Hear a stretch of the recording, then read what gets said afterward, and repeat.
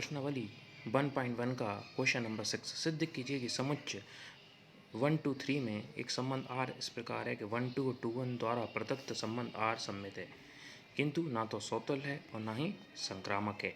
हम देखते हैं कि दिए गए समुच्चय 1 2 3 से प्राप्त सभी क्रमित युग्मों में संबंध अनुसार R इक्वल टू कितने हैं, 1 2 और 2 1 है।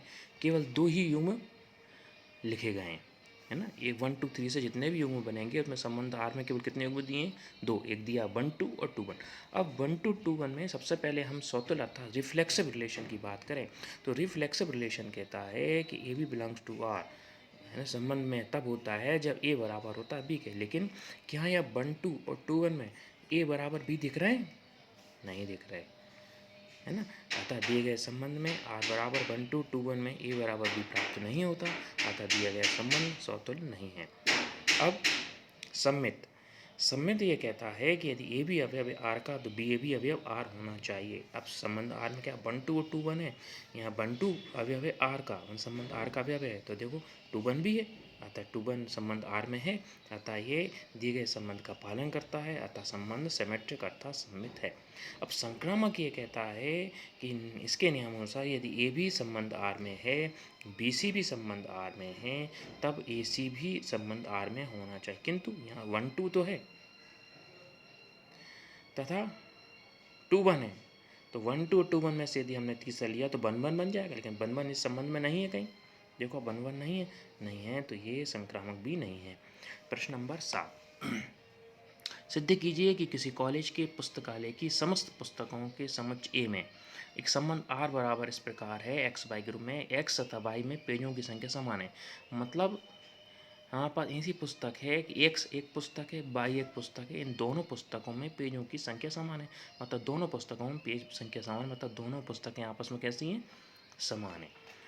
द्वारा प्रदत्त संबंध R एक तुल्यता संबंध प्रदर्शित करता है। तो सबसे पहले सुतुल्य अर्थात रिफ्लेक्सिव का पालन करें तो X Y belongs to R, माने R संबंध में दिया है।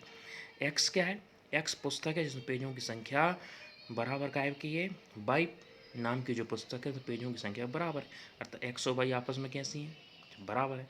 बराबर में तो यही हमारा स्वतुल्य का संबंध कहता है कि एक्स बराबर वाई अर्थात ए बराबर बी अर्थात स्वतुल्य है।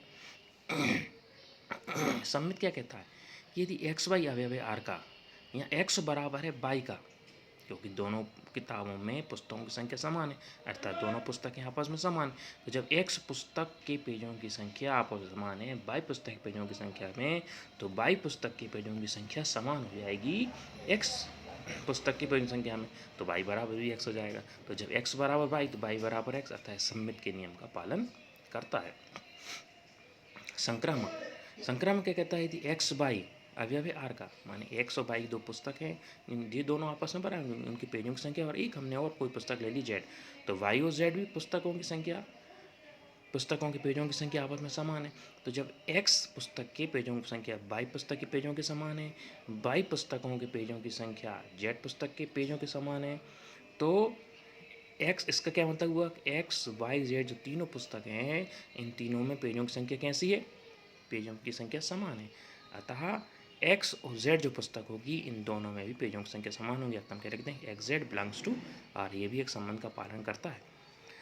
अब एग्जाम्पल नंबर 2 दिया है, मान लीजिए टी किसी समतल में समस्त त्रिभुजों का एक समुच्चय जिसको हम टी से बताएंगे, तो आर एक संबंध इसको दिया है T1 T2, यहाँ T1 T2 कैसे है, सर्वांग सम अर्थात समान त्रिभुज हैं। जैसे हमने पुस्तकों की संख्या बराबर ली, ऐसे T1 और T2 त्रिभुजों की संख्या बराबर ले ली, तो एक संबंध है। सिद्ध कीजिए कि आर एक तुल्यता संबंध है। तो जिस प्रकार हमने ये प्रश्न किया है ऊपर वाला एग्जाम्पल नंबर 7, उसी प्रकार इस प्रश्न को हल करेंगे।